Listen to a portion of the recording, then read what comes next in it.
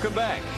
Speed, your Motorsports Authority, bringing you the ARCA Pocono 200, Long Pond, Pennsylvania. There's the distance between 1 and 2. Chris Buescher out in front in the 17, and Brennan Poole in the 25, running second. And Rick, that's what we were talking about in the opening, the compromise you have to have. And Poole's car is not too good off turn 1 over. We see him sideways all the time. But here's where he's really got the car right. He gets into turn 3, and he has a lot more speed on this end of the racetrack. So Billy Venturini obviously said, okay, we're going to set up for the flat end, and you're going to have to hang on to it down in turn 1. He was able to turn under Chris Buescher. And you see, he just gets a great run off of turn 3, which is what you want. Side by side for the lead. Can Brennan Poole take it back from Chris Buescher? Going into turn number 1, the turn that Brennan Poole has struggled with today. It's really on exit that Brennan's been really loose.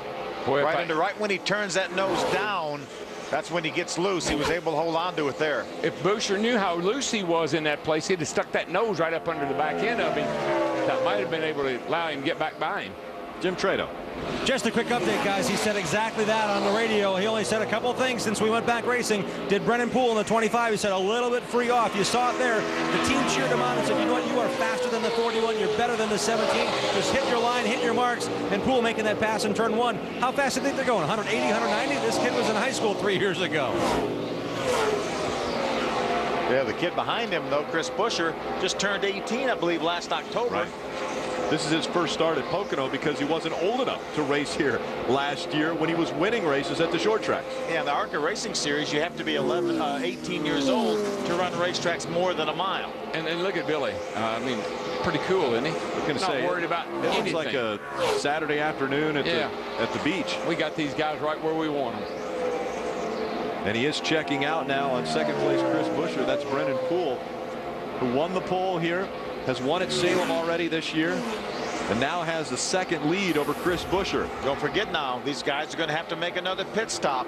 A lot can happen on pit road. You can get a speeding penalty if it happens under green.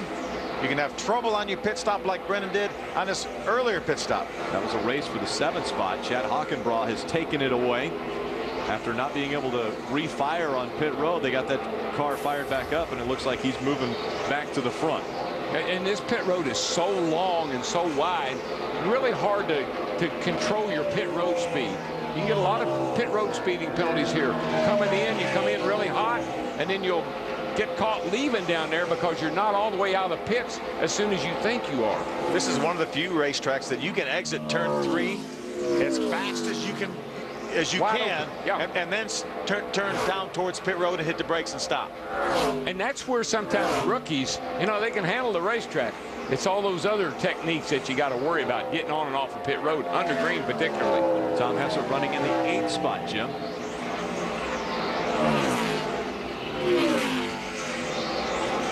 Jim Trado.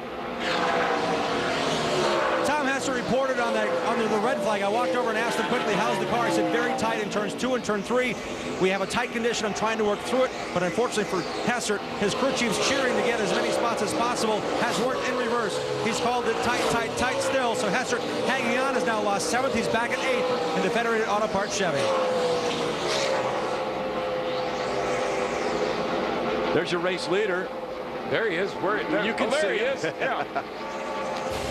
Brennan Poole running 1.6 seconds in front of Chris Buescher here on Speed, your Motorsports Authority.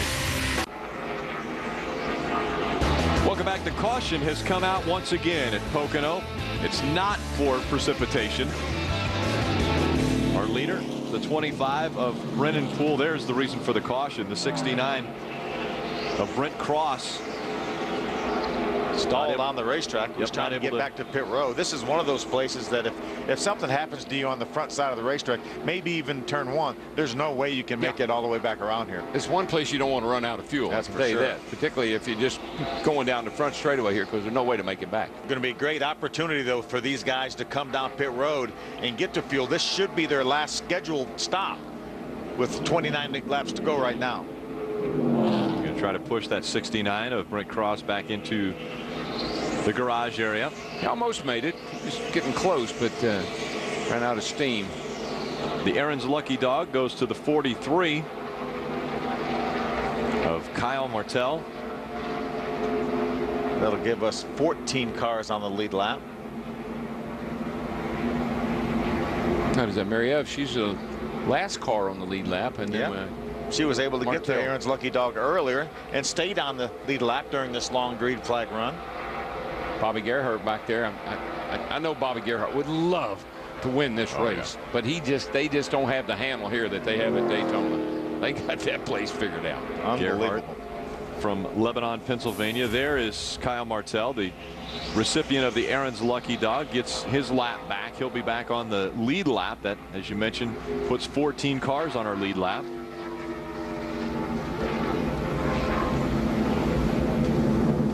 .51 laps are complete. Let's take a look at the start of this race. Brennan Poole, Ty Dillon in that front row. Brennan Poole had his hands full early, especially in turn one. Yeah, got a little bit loose right there. That allowed Ty Dillon to get by to take over the lead. And we saw Ty Dillon using the slower lap traffic, Mary-Eve Defoe, to get by. The caution came out for George Cushman getting into the wall, and then on pit road, problems for the 25. Yeah, Brennan Poole lost the lead here on pit road. You see the rear tire carrier fall down over the right rear tire that was rolled over to the left side of the car. Then the fog came. Not really the rains as much. Got the jet dryers out. Track was in great shape. We'll go back to racing. Green flag came back out. Brennan Poole worked his way back up front and was able to get by Chris Buescher to regain the lead. And that got Billy Venturini fired up. Take a look at our Messina Wildlife Management mid-race recap. Brennan Poole's out in front. We've had 3 different drivers up front, and the lead has changed hands 6 different times. These guys will come down pit road this time. Pit road was closed last time. I'm sure they will open it this time. This is the money stop right here, DW. Yes, sir, you got it. But, you know, Poole was so much faster than everybody else at the just before this caution came out. He was pulling away from their second-place car by 6, 7, and 8 tenths a lap. You actually made a comment while we were at break that maybe they ought to try to reel in, maybe pull the reins in on that kid just a bit. Yeah, that's the thing with young kids. Hard to slow them down. But that's a big advantage, too. You can always try to slow them down, but you have a hard time speeding them up. So Brennan Poole just in front of Chris Buescher, Tim George Jr., Ty Dillon, and Frank Kimmel. They're your top 5. Kimmel again coming into this with 73 wins and 9 championships, the veteran of the field. Brennan Poole making the hard left turn, and he will lead the field onto pit road. Let's go to Wendy. Well, as the cars make their way down pit road, Chris Buescher will be the first one down on my end, and he comes in second. And he said his car was a little bit better, but he needed a lot more of those adjustments. It's been tight in the center as he comes to a stop. 4 tires, fuel, and a track bar adjustment. They were the first car off pit road earlier in our first stop. Let's see if they can do it again. If we move forward to the 31 of Tim George, it's going to be 4 tires, and he spent most of his time studying the other cars in front of him and the lines they were following. Jim. 20 to 25 is in. They've already changed the right side Hoosier radial tires. Now changing the left. So the race leader, Brennan Poole, just a half a pound of air out of the left rear. They're going to add 4 tires. Fuel is in. They packed it full of Sunoco fuel. He stalls it now coming off pit road, the young man. The 20-year-old now off pit road. Pulls straight out, but loses a couple of spots.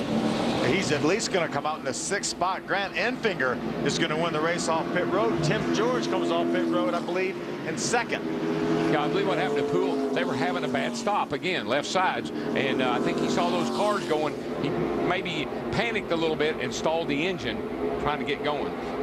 We're hearing a 2-tire stop for the 36 of Grant Enfinger. A little strategy coming into play, trying to get off the pit road and get that track position. You know what? I like guys that gamble. We see it every week now, you know, on fuel, tires, whatever. I like guys that are willing to take a chance.